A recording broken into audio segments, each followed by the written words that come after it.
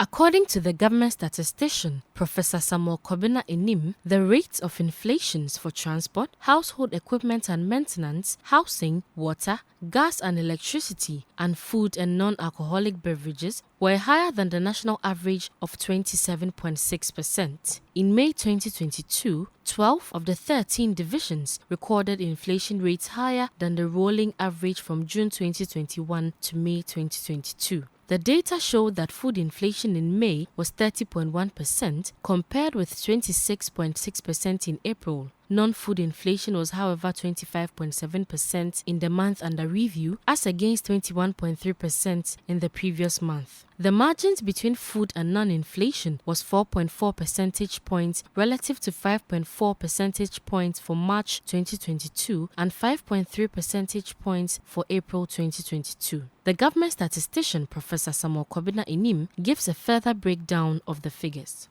We identified 89 items that recorded inflation rates higher than the national average of 27.6%.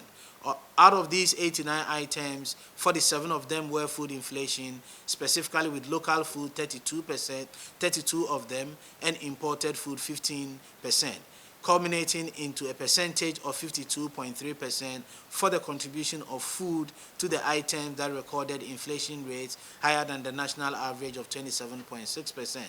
This led to non-food, that is from a local produce perspective and imported perspective, recording 47.7% relative to the items that recorded inflation rates higher than the national average of 27.6%. We identified the top 10 items that have the highest weight in the basket for the computation of CPI and rate of inflation. And of these 10 items, the item that recorded the highest rate of inflation for the month of May 2022 was bread, with an inflation rate of 41.3%, followed by bars and trotro fares, which has the highest weight of 5.8%, recording a year-on-year inflation of 39.9%.